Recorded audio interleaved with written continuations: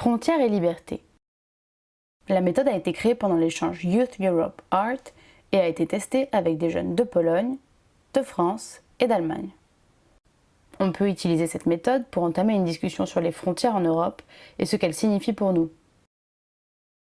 Vous avez besoin du matériel suivant: des chaises, des tables, du ruban adhésif, de la ficelle, de la laine, du fil métallique, du film fraîcheur, un projecteur, un ordinateur, un accès à Internet, des ciseaux, des clous et un marteau.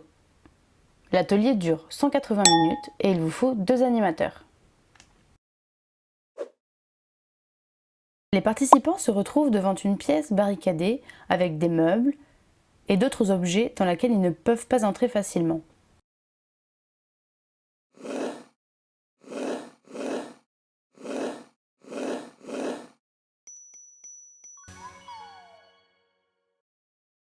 Après avoir enlevé avec succès ce qui leur barrait la route, les participants réfléchissent et parlent de la situation, de leurs expériences personnelles et de leurs sentiments.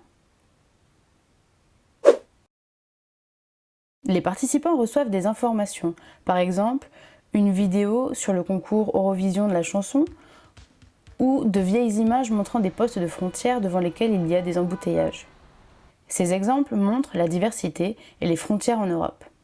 Les participants font des petits groupes pour se remémorer et renouveler leurs connaissances sur l'Union européenne et sur les frontières à l'intérieur et à l'extérieur des pays membres.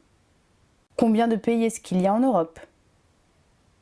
Quelles frontières est-ce qu'il y a ? Est-ce qu'il y a toujours eu des frontières entre les pays ? Est-ce qu'il y a actuellement des frontières à l'intérieur et à l'extérieur de l'Union européenne ? Comment c'était autrefois ? Quelles frontières est-ce qu'il y a entre les Européens et les Européennes ? Que signifie pour moi des frontières en Europe ? Les participants présentent les résultats de leur travail à l'ensemble du groupe. Ensuite, les participants travaillent en petits groupes ou bien seuls. Ils construisent avec le film fraîcheur, du film métallique, de la laine et de la ficelle leurs propres frontières.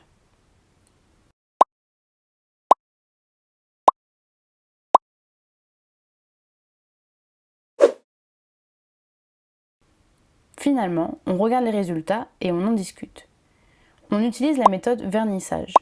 Cela veut dire qu'on expose les résultats dans une pièce et après, on fait un tour pour visiter tous les objets créés.